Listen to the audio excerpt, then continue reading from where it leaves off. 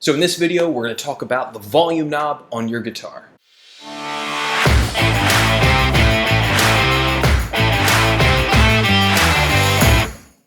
Now first, before we get into it, if you like this video, please hit like and subscribe, helps the channel continue to grow. Now to begin with, the volume knob has really two main functions: to turn your guitar all the way on 100% and then turn yourself off. Now being able to turn yourself off is really important, especially if you're playing a gig and it's going to be between songs or something. You don't want your guitar to be making any noise. You can just turn your volume off and it'll cut it out altogether. But the volume knob can do a whole lot more than just be a simple on-off switch. As you roll your volume knob back, you're introducing actual electrical resistance to your guitar.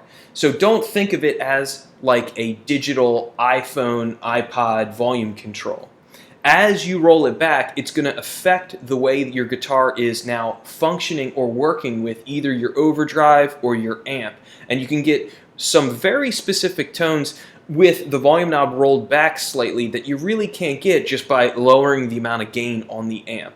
So one very cool thing that I usually recommend to most of my students is, like, let's say you're just jamming with some friends and you only have like a one channel amp and you don't have like a foot switch. You can't change tones. What you want to do is, like, pull up your distortion and get your most aggressive, lots of gain sound going on, and then just roll the volume knob back, halfway, most of the way. Sometimes the sweet spot is like right around, like just before it goes off, and that can basically what we would call clean up or remove a lot of the distortion and give you like a semi-clean sort of a sound. Now when you pair that with the different selector switch positions you have, you can really get a radical amount of different tones by utilizing the drop in output depending on which pickup you're on. In other words, your humbucker pickup, like I have here in the bridge, is going to be hotter or have more horsepower or output than the single coil pickup. So if I go to that single coil and roll it back so it's almost off, it'll be almost a clean tone. And then if I flip it into the bridge and roll it all the way up, now I got like a real bright, aggressive tone that might work great for a solo or maybe into like, aggressive rock rhythm guitar part.